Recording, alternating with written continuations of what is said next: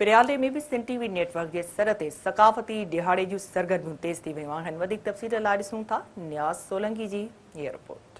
हर साल जी हिन साल भी सिंध टीवी न्यूज़ जी तरफ़ां ऐलान सकाफ़त औरत जी आज़ादी ऐं सिंध जी ख़ुशहाली बाबति पिरालो में तयारियूं उरूज ते पहुतल आहिनि। तमामु बहितरीन उनवान जी चूंड कई वई आहे। उन्हनि अंदरि इहा सुजागी पैदा नथा कयूं त असांजो समाज पंहिंजी हक़ीक़ी मंज़िल खे नथो माणे सघे। जीअं हिकिड़ो घरु ॾिसी तई उन में औरत जो सहकार न आहे त उहो कामयाबीअ सां हमकिनार नथो थी सघे। औरत जे हक़नि जे हवाले सां उनजी आज़ादी जे हवाले सां सिंध जी ख़ुशहाली जे हवाले सां जेका बि असांखे भलाई थी सघंदी या ॿारनि जे हिसाब सां जेको आवाज़ु उठाए सघंदासीं असां उथारींदासीं।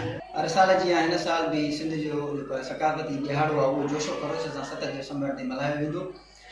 उन में जेको आहे सो सिंध टीवी न्यूज़ जे तरफ़ां जेको उनवान रखियो वियो आहे औरत जी आज़ादी, वो भी जो है सो जोशो ख़रोश सां उनखे मल्हायो वेंदो। जी नाज़रीन उस्तादनि सां शहरनि सां ॻाल्हि ॿोल थी। उन्हनि इहो चयो त सिंध टीवी न्यूज़ जी तरफ़ां जेको इनवान ॾिनल आहे औरत जी आज़ादी ऐं सिंध जी ख़ुशहाली बाबति असां 7 दिसंबर भरपूर नमूने सां मल्हाईंदासीं ऐं पंहिंजे गुलनि जहिड़े ॿारनि खे सिंधी टोपी ऐं अजरक पाराए ईद जी ख़ुशियूं मल्हाईंदासीं। कैमरा टीम सां गॾु न्याज़ सोलंकी, सिंध टीवी न्यूज़ पिरालो।